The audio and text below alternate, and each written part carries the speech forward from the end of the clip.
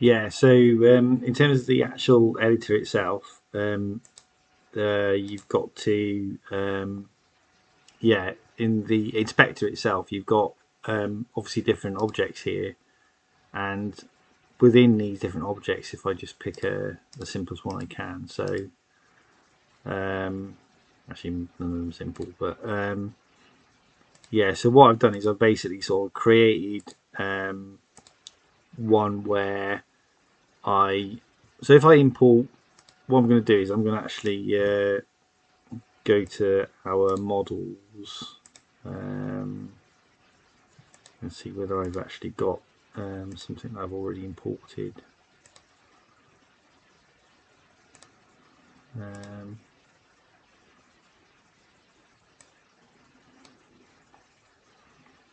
yeah, so I've got a picture of Dave, like I've already imported basically. So so I can sort of drag that in. But one thing you can do anyway, in terms of the actual photo, for instance, the photo is like a. So what I've got is I've created a quad. So you can right click here and you can create two and 3D objects, and I create a quad. So I've created a quad, and then basically I've taken that material and just moved it over that quad, and it's actually just rendered that as a photo on that quad, which is a quadrilateral sort of object. You can move around the scene, um, and you can zoom in and out and do the normal things that you'd be able to do. So I've got within here, I've got something called an XR rig. So an XR rig is basically something that's pre-built. So I can right click and create an XR. And I create a rig. So you've got two different ones. You've got a room scale one, which is basically if you use the Oculus with when you create a Guardian to start with, you can create a room scale Guardian where you define your play area, and that's when you'd use an XR room scale rig. Other than that, if you were to sort of be in a seated position and you just wanted to use a stationary Guardian, you would use the stationary XR rig to create your scene. So what you do, you always start with an XR rig anyway, basically, and that'll include within there this camera. So that defines your main camera. So I've obviously you can move that around. I've got the main camera sort of on the scene. It also creates a left and right hand controller as well. So within this scene, the things that I've got in this scene, I've created a sphere and a cube, and this is an import from Blender. Although I haven't worked out how to import the textures yet, but the idea is basically you create this, and then within here I can also create obviously 3D objects within. So I can create within here. I can create 3D and 2D objects, spheres, capsules, cylinders. I'm not sure what ragdoll is. Yeah, I think that is literally like for creating a character. But anyway, so you can import from Blender. The way to do that is literally save the Blender file. So I basically, with this Suzanne object, I stuck something onto my. I created an object. I created a few different objects, but I created a Blender scene yesterday in U2.blend 1. It's just a normal Blender file. You can save the Blender file and literally use File Explorer, drag and drop it into your prefabs directory, and then basically you can then drag that onto the scene itself, and it's as simple as that. Once you dragged it on, you need to apply. I mean, I've just applied any material for now, but there is a way of actually getting the textures out of Blender separately and then importing them into Unity. The way to do the import is basically in your assets. You do import new asset, and then here you can obviously pick your. Yeah, you can either file, drag and drop it, or you can just literally import it in this way and drag and drop from here, import it directly in. I think that's actually the way to do it is actually use the import proper import. Once you've imported it, yeah, like I said, you can just drag it, drop it onto your scene. So the one thing that I've done is I've made it so that I can interact with these different objects. So the idea is that you've got your left and right controller, and they fire a ray out, which you'll see when you're normally sort of moving things around. And that ray is basically something that called a ray cast. And basically what that does is it fires out this beam, and when this beam hits an object, it basically creates an event. So whether that's a left or right one, and you can basically just do things where it looks at whether you hit the trigger button or hit the grab button, and you can do different things based on what your actions are. So in here I can obviously, this transform keeps track of the position, rotation and scale of your individual object. So this is the ball object, for instance. So if I pick that one, you've got a mesh collider, which is basically that in effect is basically when you add that, you need to add component, and you can add a mesh collider. And the idea is you add the mesh collider, and that is something where if you were to collide with that object, then this thing is used to actually register the fact that something's collided with it. You put convex on basically because that's just a way that it can more easily, you can get better hits on it if you do collide with it.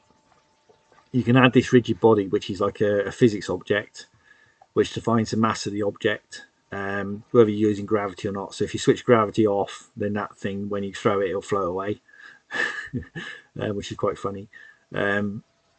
Kinematic is basically they doesn't obey the normal laws of physics. I haven't mucked around with that yet. All these values are normally default, so you can just add the rigid body. Basically, the idea is you add the mesh. You've got a mesh renderer, which is the thing that sort of automatically comes in with the object from Blender, and you've got a mesh collider which you need to add. We use add component, a rigid body which you use add component with, and this XR grab interactable, which is one of the components that comes out of this XR integration toolkit. So the idea is that that hash sign there means C#, so it's a C# script. In fact, all these are, but that's a script where you can modify it yourself to do various things. So if I want to go into that, I can go in and I can edit that script. And if I go and edit that script and show you what it looks like, bear with me. So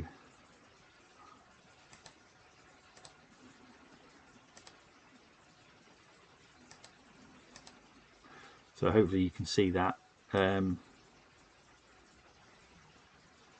So the idea is that you can write your own C# based on the API, and that's based on the documentation. These things over here are the different packages that are involved. So you can use this one is obviously appearing within this particular package, and you can see within here these are the things that it makes use of when it's running. Anyway, so this is C#. This is the thing that you don't need to use it, but you can tweak these things and create your own scripts and your own bits for doing things within Oculus, provided you understand the Oculus API. But that's something to bear in mind. I'll be mucking around with that at some point, hopefully. So I'm just going to switch back to my other scene.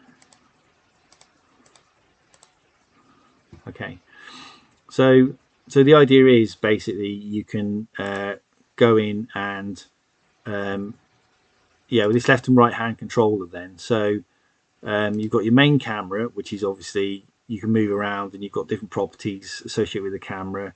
This skybox is the sort of what you see in terms of the sky. You can drag a material into that and change what that skybox looks like. You can change the color of it. So I can make it sort of I don't know, like a better looking sky, for instance. You got these various things. If you hover over them, you actually see what sort of thing they do as well. And there's quite a good sort of bit on the internet as well about different things. You change your field of view on the camera.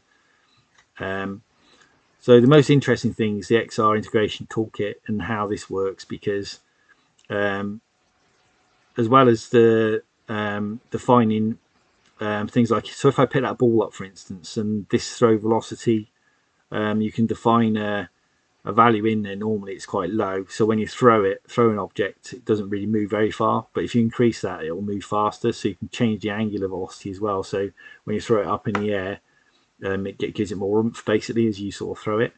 And gravity on detached, things like that, things stop it floating off. You've also got different actions, or these interactable events. So basically, if you take your hand off the trigger, for instance, then you can define different things, actions, a bit of code that will run once you let go, for instance. So in this scene, I've got the ability to pick up and throw that, the ball and the cube and the monkey, all by basically adding this XR interactable. And so these are the things you need: the mesh renderer and mesh glider, the rigid body and XR grab interactable. And those are the things that you need. You can also set your left and right hand controller, so this is the position of that based on the scene as well. So you don't want it too close, and that's it really. I mean, you have to have an interaction manager that has to be present as well to use things, and you would normally have a directional light. This comes as part of the scene when you create it as a default. You get a light, which is a single light on your scene. You can add additional lights, obviously, and you get a single main camera, which is part of the XR rig.